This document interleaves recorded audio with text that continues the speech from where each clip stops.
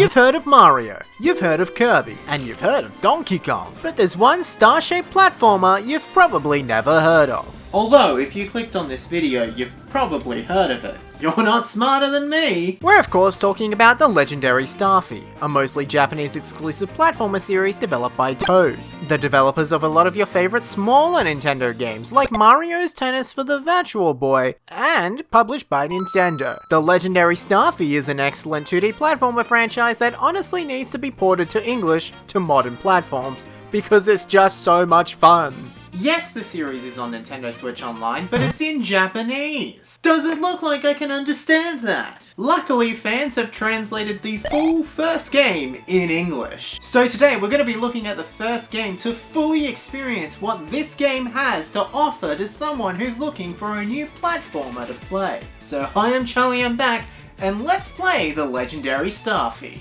Are you ready? So as I said earlier, TOES works with Nintendo on a lot of their games, so they had a pretty good business relationship with the company. They weren't the ones who mainly developed these games, or the ones that came up with the concepts most of the time, but they understand how game development works. So one day in 1995, one of TOES' producers, Yasuhiro Minamoto, asked Hitoshi Yamagami, one of Nintendo's producers, if they could develop some sort of floaty platformer. This idea had many different versions, such as a version that had a floating character being pushed through a maze, a version where you lifted balloons, but none of those ideas were working. That was until the two of them finally figured out that making a game that took place almost entirely in water and having a water-based character would be the best idea, and making the character a starfish is what they went with. They began development of this concept back on the original Game Boy before moving over to the Game Boy Color, and were actually quite far in the development of this Game Boy Color game before being told near the release of the game that they needed to make it for the Game Boy Advance. So they reworked the game and released Densetsu no Stafy on September 6, 2002. The game was well received, had a lot of marketing, but Nintendo of America didn't feel that the game needed to be released outside of Japan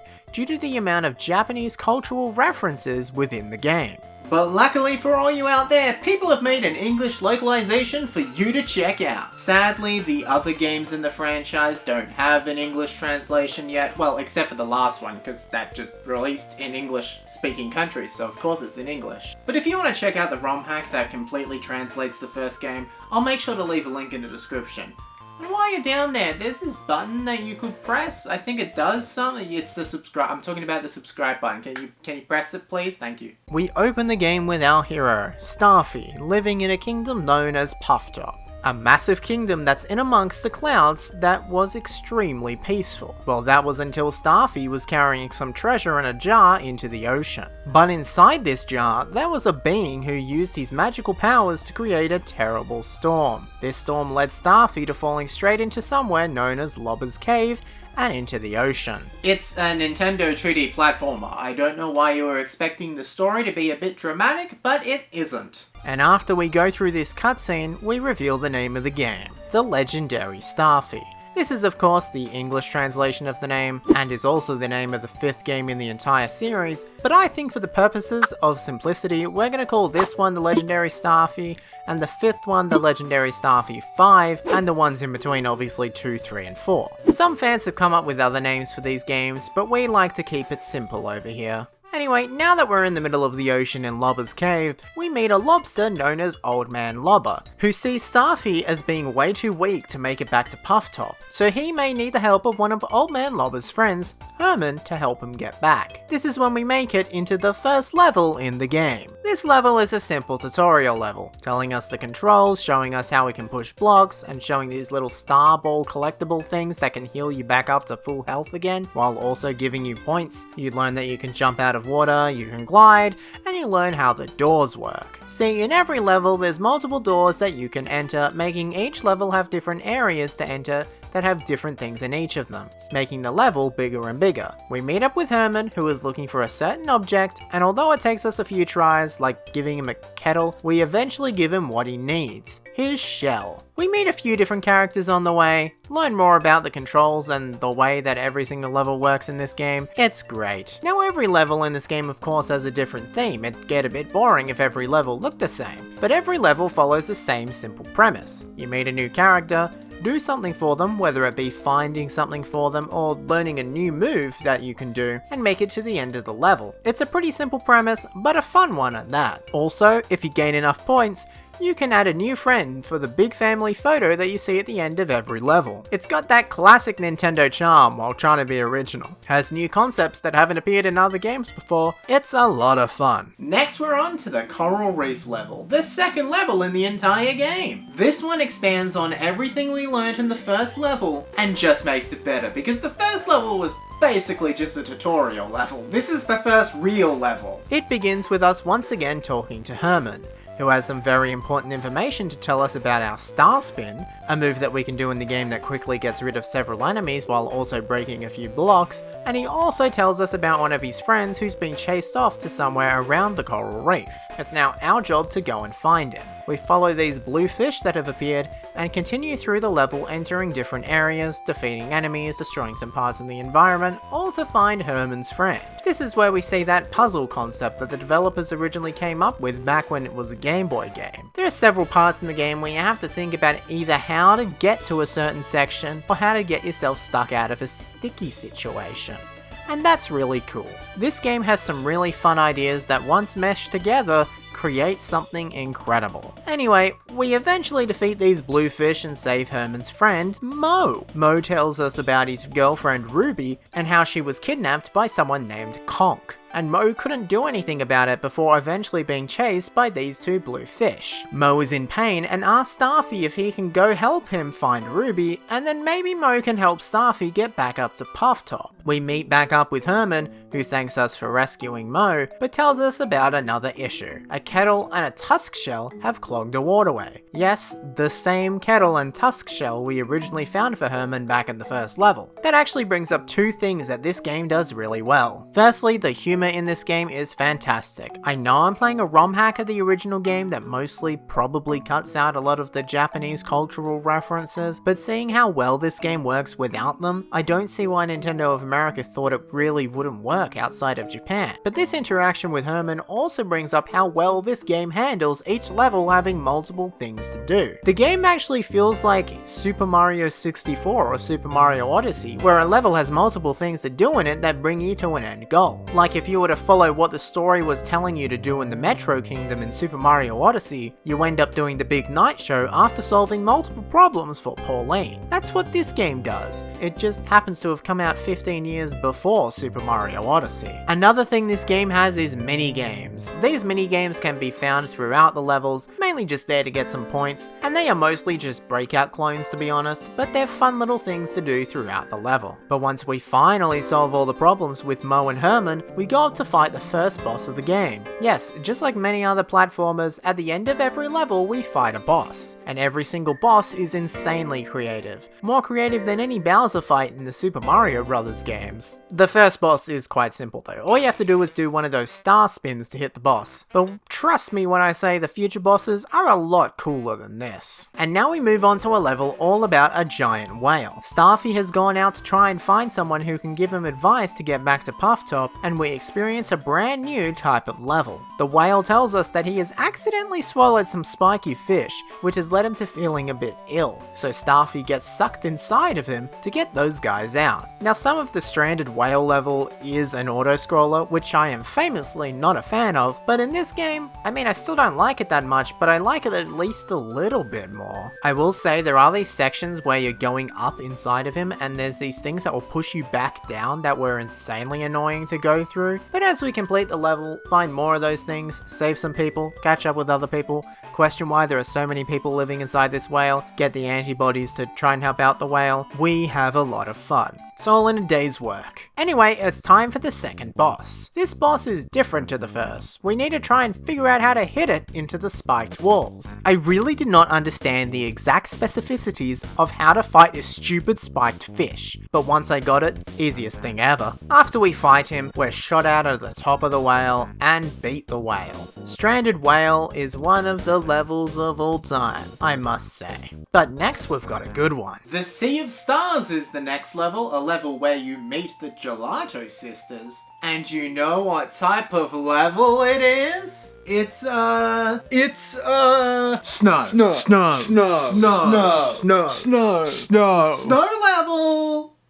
Sorry, I really like snow levels. This level is one of the first levels I actually died in, multiple times. It took me quite a while to figure out how to do a lot of the things in a level, but no matter, I still thought this level was a lot of fun. We find out about the Gelato Sisters and how they were attacked by a big swordfish. Our goal is to find the sisters, bring them back to their mother, Lovely, and defeat a giant swordfish. On the way we meet up with Haley and rescue one of her friends, Mo seems excited, and we leave the snow. Yeah, so despite the ice, most of this level actually takes place underwater, obviously. What were you expecting? There's also a lot of these snake-like things, I don't really like them. They also appear in some future levels, and they killed me way too many times, and I hate them. Another fun thing about this level is the big yellow section, but somehow I got stuck. See, at the start of this section, you're supposed to save this little thing first in a section that's almost completely out of view. I did not do this at first. I went through the entire section just to find out that there was nothing to do, because I missed the one thing you were supposed to do. That was really dumb of me. Is this my fault?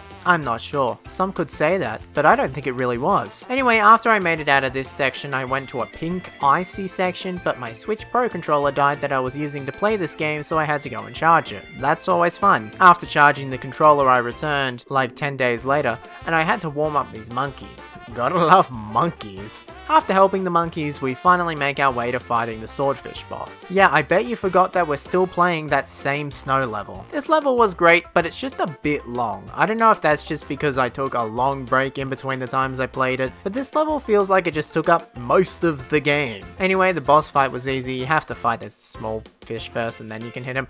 On to the next level. This game has been a lot of fun. Wait a minute.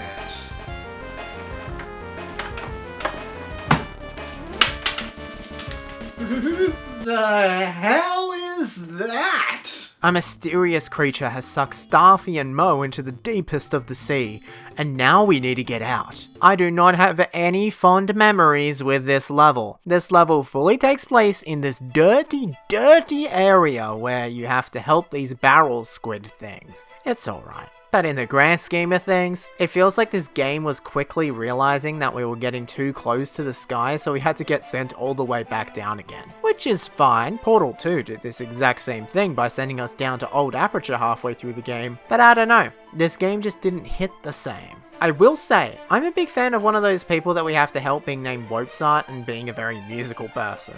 Good joke, Nintendo or Toes, or the people who wrote this translation. Good joke. We're sent on a quest to save the Tone of the Ocean by Mozart, but we actually focus more on these light things throughout the level. See, sometimes in this level everything goes dark, so we have to spin and hit these things in order to light up everything. We also recreate Dig Dug. I thought that was cool. I also had a lot of fun with the breakout minigame thing, whatever it is. I liked it. It was a good one. But finally, after all of this, we move on to, I think, what is the most creative boss fight in this entire game. So remember those light things I was like literally just talking about? Well, imagine if they were enemies. 3 little fish can light up the entire room, which allows you to attack the bigger fish. But these small fish can attack you, so you defeat them. But then you can't attack the bigger fish if they're not all lit up. See the cycle here? Well, you have to keep these 3 fish alive while also getting into the circle they make around the bigger fish to hit it. Well done, Starfy developers. I liked this one. Sunken Ship is the next level, and let's be honest, it's more of the same. This time we're helping out a dolphin named Dolphy as we go through a ship that's fallen into the bottom of the sea. This one has a lot of annoying enemies and took me quite a while, but I made it through fine enough. There was this really annoying bomb minigame where you had to hit the bomb at very precise points in time. There were also a lot of levels that you had to unlock some keys to help save these younger dolphins, and it all led to the boss of this stage,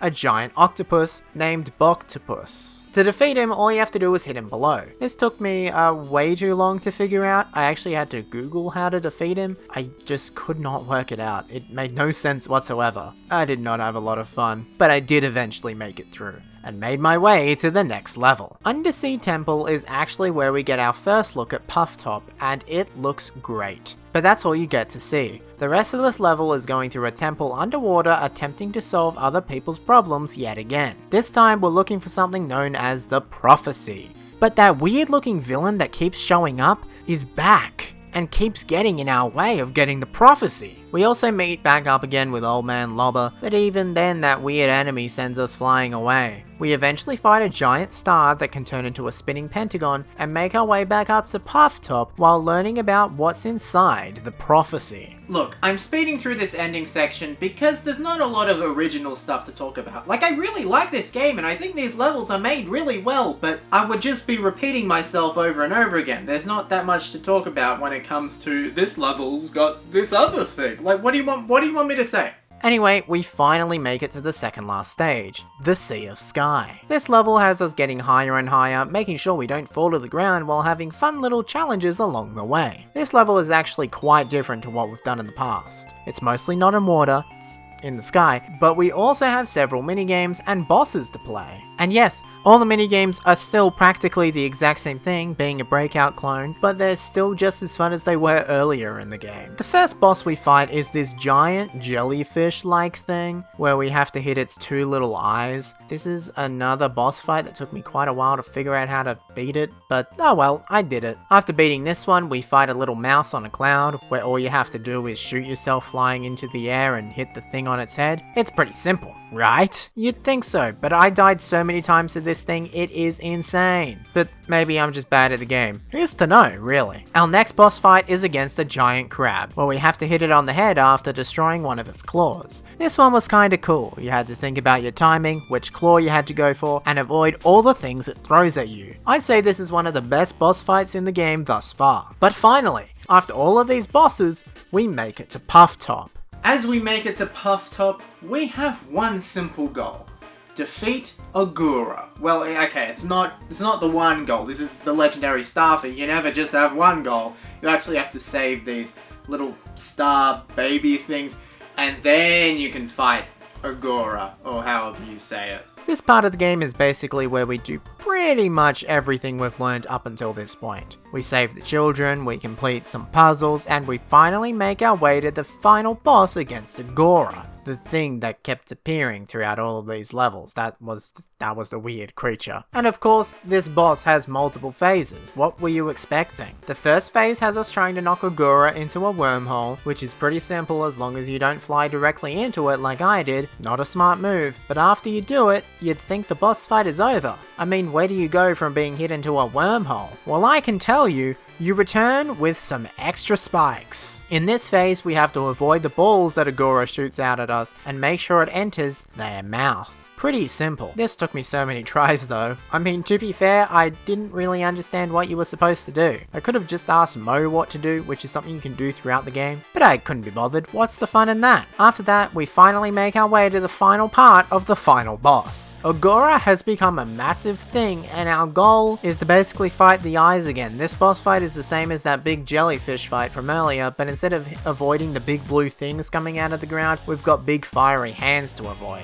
And whenever you die, Agora teases you. Not funny. Honestly, out of all the phases, this one's probably the easiest. Once you've got the hang of it, it's pretty hard to die. As we fight Agora, it cries into a pot, and Stafy and Mo look at each other for an uncomfortable amount of time. Agora was sucked into a mysterious jar, ending his terror, and peace had returned to Pufftop and the seas. Mo and Stafy meet up with Papa Star, and the world has been saved. Well, that's until Stafy knocks out all of Pufftop's treasure into the ocean like the idiot he is. And that's the Legendary Starfy. This game was incredible. I don't say this often, well I do, but still, this game was incredible. The Legendary Starfy deserves to be up there with the other Nintendo platformers, so it's very disappointing knowing that only the last game was released in English territories, and not only that, it was on the DS, meaning there hasn't been another game in years. I'd love to see this little starfish get some new games, even if it was remakes of the original games, but alas, I can deal with the English ROM hack. As I said, if you want to check out the English translation, there's a link in the description to the ROM hack that does it. It's a hell of a lot of fun, and I'd recommend it to literally anyone who's looking for a new platformer to play. But if you're not looking for a good new platformer to play,